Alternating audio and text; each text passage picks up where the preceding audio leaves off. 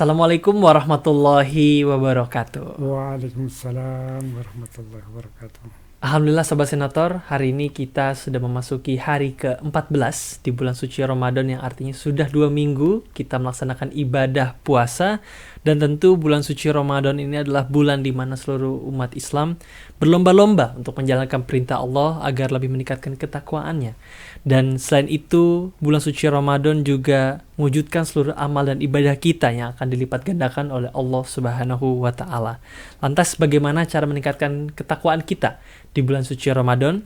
Dan saat ini kita sudah bersama dengan Bapak Dr. Andes Haji Abdi Sumaiti, anggota DPD RI Provinsi Banten. Assalamualaikum Bapak. Waalaikumsalam warahmatullahi wabarakatuh. Bagaimana kabar Bapak? Alhamdulillah baik. Alhamdulillah baik. Kegiatan rutinitas sebagai anggota DPD RI padat Pak? Ya, sebagai anggota DPD RI padat sekali. Bahkan kemarin baru saja datang dari Aceh. Dari Aceh Pak ya? Tapi alhamdulillah ya, selama di Aceh juga kita berpuasa terus. Masya Allah. Dan juga kegiatannya itu lumayan padatnya. Sampai meninjau hutan itu ya perjalanan 2,5 jam pakai kendaraan mobil. Lewat jalur darat ya Pak ya? Enggak, maksudnya dari itu di Acehnya. Di Untuk Aceh. ke lokasi kehutanan dan sebagainya yang akan kita tinjau itu.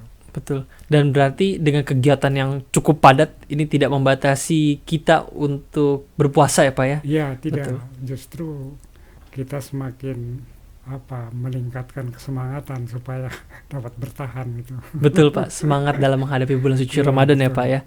Pak, Bapak kan anggota dari Provinsi Banten nih Pak. Iya, betul. Apa aja sih Pak ciri khas ataupun kegiatan-kegiatan yang biasanya di bulan suci Ramadan di Provinsi Banten Pak? Iya. Ya, sebenarnya secara umum tidak jauh berbeda ya dengan provinsi-provinsi yang lain atau bahkan juga dengan negara-negara lain. Yaitu sebab kita arah dari bulan Ramadan itu, kita arahkan seluruh kegiatan kita itu untuk meningkatkan ketakwaan itu. Oleh karena itu, di setiap provinsi saya kira, dan khususnya Provinsi Banten juga banyak melakukan persiapan-persiapan. Baik persiapan yang bersifat materi ataupun juga yang bersifat psikologis gitu. Sehingga dengan demikian maka menjelang Ramadan dan pada waktu awal-awal Ramadan, bahkan juga selama Ramadan, misalnya program-program saling menasehati, saling melakukan kajian dan sebagainya itu ditingkatkan terus. Oke Pak, tadi Bapak menyebutkan ketakwaan Pak. Sebenarnya secara definisi atau pemahaman apa sih Pak ketakwaan itu Pak? Ya, kalau secara definisi yang sifatnya umum ya, takwa itu secara inti itu menjalankan apa yang telah diperintahkan oleh Allah dan menjauhi segala yang telah dilarang oleh Allah Subhanahu wa Ta'ala. Apabila konsisten seorang mukmin tentunya ya menjalankan itu, maka dia akan menjadi orang yang bertakwa.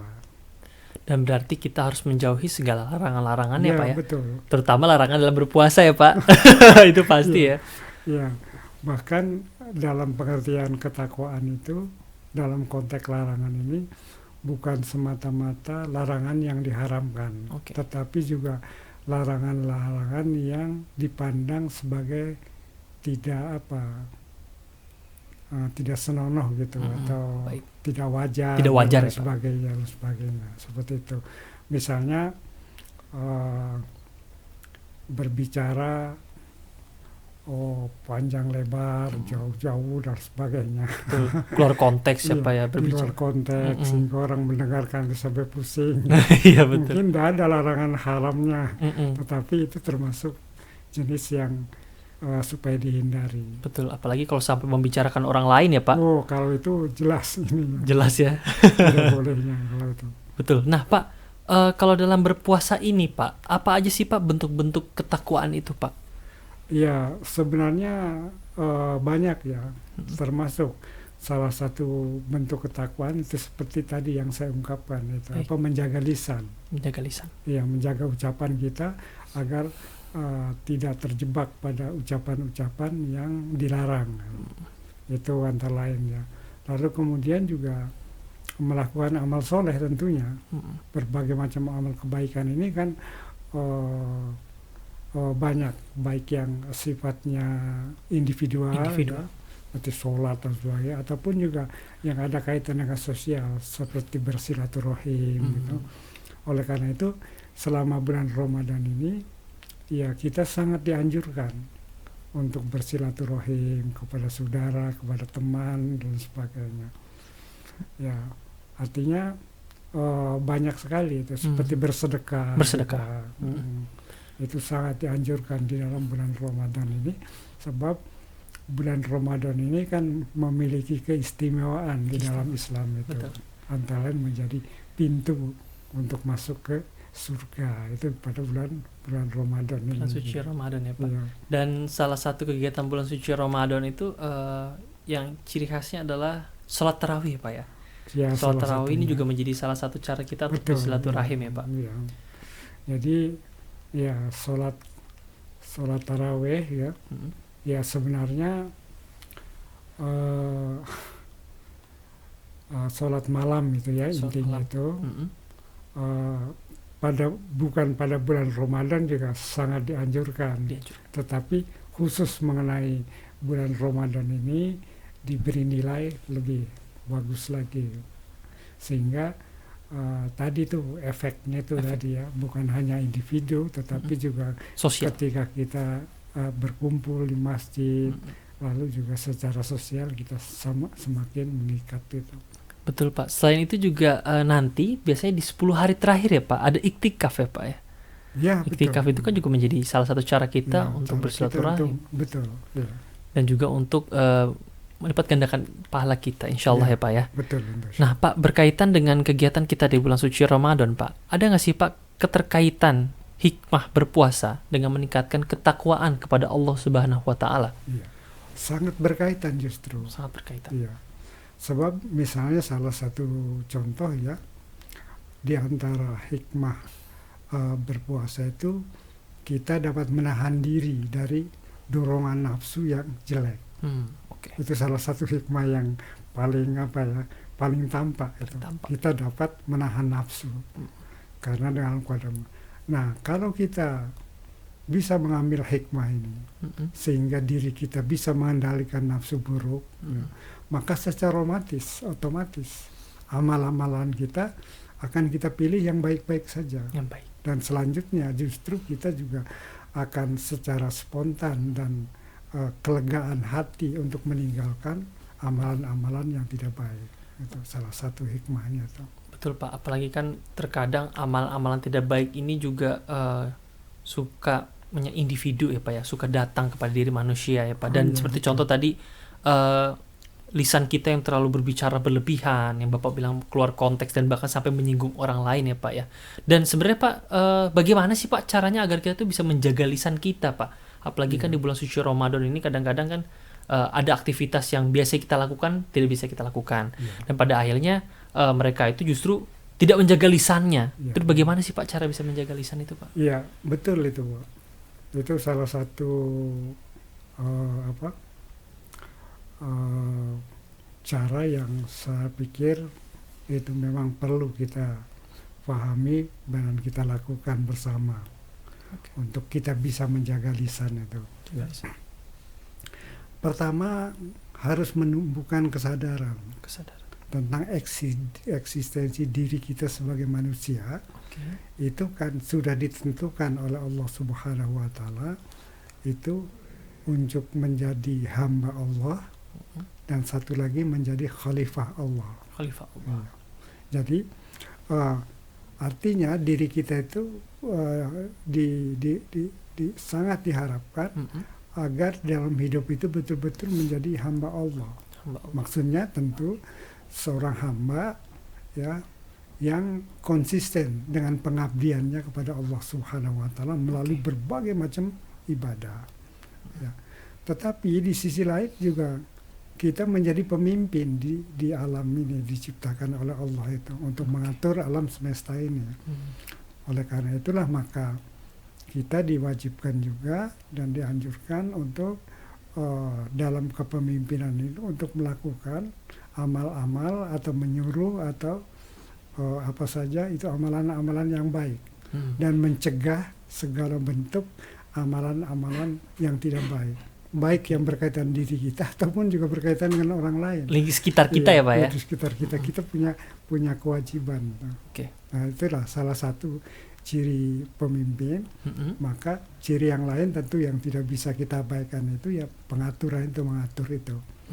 Oleh karena itulah maka salah satu ciri dari seorang pemimpin atau khalifatullah fil ard itu yang membuat kebaikan, tidak merusak. Intinya itu. Nah maka kalau manusia hidup di dunia ini dalam konteks hidup selalu merusak, itu berarti telah merusak eksistensi dirinya sebagai khalifatullah fil ard. Dan karena memang pada dasarnya manusia diutus ke bumi itu sebagai khilafah Pak ya? Ya betul. Oleh karena itu jika memang merusak bumi itu sama saja merusak eksistensi diri Pak. Diri kita, ya. Betul. Dan ini juga merupakan poin menarik Pak, dan ini poin penting untuk seluruh manusia ya Pak ya, bahwa jangan sampai kita merusak sekitar kita, merusak bumi kita, karena apapun yang kita pijak, apapun yang kita junjung, istilahnya seperti itu ya Pak ya. Nah Pak, ini sebenarnya agak menarik nih Pak, kalau misalnya masyarakat, netizen di sosmed nih Pak, biasanya itu mereka suka merasa nih, kan udah hari ke-14 nih Pak, memasuki hari ke-15 sampai 10 hari terakhir, biasanya ibadahnya mulai menurun lagi nih Pak. Itu tuh biasanya gimana sih Pak cara mempertahankan amalan-amalan yang sudah kita lakuin agar tidak menurun Pak? Ya. Jadi saya kira itulah, jadi sebenarnya dalam beribadah baik puasa, sholat, apapun juga itu pembenahan motivasi itu penting. Pembenahan motivasi. Ya. Jadi kalau kemudian dalam proyeksi melakukan ibadah sampai 2 minggu itu menurun, ini harus dilihat itu apa, evaluasi diri Pak ya. Iya, evaluasi diri terutama tentang motivasi kita dalam beribadah itu. Nah maka di dalam Islam itu sudah dianjurkan bahwa motivasi ibadah itu satu saja, karena Allah. Bukan karena ingin dipuji, apalagi karena ingin dilihat orang lain ya Pak, dilihat orang lain dan sebagainya. Tapi semata-mata itu karena perintah Allah Subhanahu wa Ta'ala melaksanakan. Dan lalu kalau motivasinya itu benar dan bagus, maka secara hukum psikologis biasanya punya implikasi yang kuat dalam perjalanannya. Tidak ada menurun, bahkan kalau ada tantangan-tantangan dia bisa lewati itu, bisa dihadapi. Itu kalau motivasinya bagus. Dengan kata lain, kalau motivasinya itu benar, maka langkah-langkah berikutnya juga insya Allah akan benar dan bagus, sehingga timbul kekuatan. Maka dalam perjalanan tidak ada sampai loyo dan lain sebagainya, bahkan akan timbul semangat. Kenapa? Yang kedua, bagi mereka yang bermotivasi baik itu nanti di dalam perjalanannya akan merasakan kebaikan bagi dirinya. Nah, maka ketika kebaikan itu sudah dirasakan oleh dirinya, mana mungkin akan mundur. Betul, pasti Pak itu. Malah akan maju, meningkat semakin ini Pak ya. Iya. Ya begitu. Dan berarti yang harus tanamkan juga nih Pak untuk Sobat Senator, untuk teman-teman di luar sana, motivasi dalam diri Pak ya. Nah betul. Dan untuk dalam mengejar kebaikan. Dan saya juga pernah baca juga Pak, bahwa memang semuanya itu harus didasari dari niat yang baik ya Pak. Innama a'malu binniyat. Jika memang niat kita sudah positif, insya Allah jalan ke depannya itu akan positif ya Pak. Apalagi dalam memperkejar ibadah dan ketakwaan untuk Allah Subhanahu wa Ta'ala ya Pak. Pak, terakhir nih, sedikit aja. Apa sih Pak menurut Bapak makna dan pandangan Bapak terhadap Lailatul Qadar? Ya. Nah ini sebenarnya Lailatul Qadar itu diistilahkan ya di dalam kajian ilmu halak itu sebagai momentum kebaikan. Momentum kebaikan. Ya. Nah Rasulullah Sallallahu Alaihi Wasallam sendiri pernah mengingatkan bahwa pada umumnya katanya manusia itu melalaikan 2 kenikmatan, yaitu nikmat sehat, nikmat momentum. Oke. Jadi nikmatani maghbunun fihi ma katsirun minan nas as-sihhatu wal faragh. Jadi momentum ini suatu peluang yang sangat strategis. Bukan untuk mengumpulkan harta maksudnya dan sebagainya, tapi strategis untuk menghimpun bekal kita untuk kehidupan di akhirat nanti. Nah, dengan demikian maka tadi yang ditanyakan soal apa tadi? Lailatul Qadar. Lailatul Qadar itu adalah merupakan bagian dari satu momentum yang telah diciptakan oleh Allah Subhanahu wa taala. Dia anjurkan untuk kita lebih meningkatkan karena tadi itu momentumnya itulah momentum kebaikan yang luar biasa pada Lailatul Qadar itu. Nah, ditandai antara lain misalnya penurunan firman-firman Allah waktu itu, macam-macam kebaikan-kebaikan yang diturunkan oleh Allah Subhanahu wa taala banyak terjadi di apa yang disebut di malam Lailatul Qadar. Dan ini merupakan salah satu cara kita Pak ya untuk mengejar momentum itu Pak. Betul. Karena itu merupakan momentum kebaikan ya Pak. Momentum kebaikan. Dan itulah yang harus kita kejar di bulan suci Ramadan. Nah, itu ya betul. Dan Pak mungkin bisa disampaikan nih Pak kepada sobat senator yang menonton tayangan video ini, apa sih Pak yang ingin Bapak sampaikan kepada teman-teman di luar sana dengan cara meningkatkan ketakwaan kita kepada Allah Subhanahu wa taala? Ya, seperti tadi yang saya kemukakan, yang pertama itu ya terus melakukan pembenahan diri kita. Baik sampai dari segi awal ya, dari motivasi, pembenahan itu.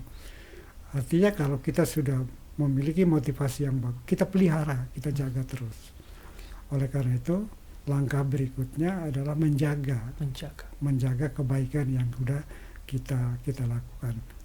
Dan yang ketiga, tentu ini juga merupakan kewajiban kita dan langkah strategis kita adalah mengembangkannya, sehingga kemudian bisa memperbanyak ibadah dan juga bentuk-bentuk misalnya sholatnya kalau kemarin-kemarin tidak khusyuk, tambah khusyuk sekarang dan seterusnya. Jadi artinya meningkatkan itu baik secara kualitas ataupun juga kuantitas. Dan intinya adalah bahwa kita memang harus menjaga kualitas dan kuantitas itu ya Pak. Nah, betul. Dengan cara menanamkan motivasi di dalam diri. Ya. Masya Allah, luar biasa perbincangan kita pada hari ini Pak. Dan semoga apa yang sudah kita bicarakan pada hari ini tentunya juga menjadi pahala dan menjadi keberkahan untuk kita dan juga untuk teman-teman yang menyaksikan ya Pak. Dan memang bulan suci Ramadan ini adalah salah satu cara kita untuk meningkatkan ketakwaan kepada Allah Subhanahu wa taala dan juga untuk fastabiqul khairat ya Pak ya. Iya, betul. Berlomba-lomba untuk menuju kebaikan. Dan ada beberapa amalan yang memang harus kita jaga dalam bulan suci Ramadan ini. Pertama tadi Bapak sampaikan, kita harus menjaga lisan kita agar kita tidak salah dalam mengambil tindakan, dan juga kita menjaga konsistensi ibadah kita, baik itu pun secara sholat, saum, dan juga mendirikan sholat malam. Dan tentunya ini terima kasih banyak Pak Abdi sudah hadir bersama kita dalam membahas mengenai meningkatkan ketakwaan di bulan suci Ramadan, dan terakhir semoga ini menjadi berkah untuk kita semua. Sekali lagi terima kasih banyak Bapak Abdi Sumaiti, anggota DPD RI Provinsi Banten. Sampai jumpa pada episode selanjutnya. Salam dari daerah untuk Indonesia.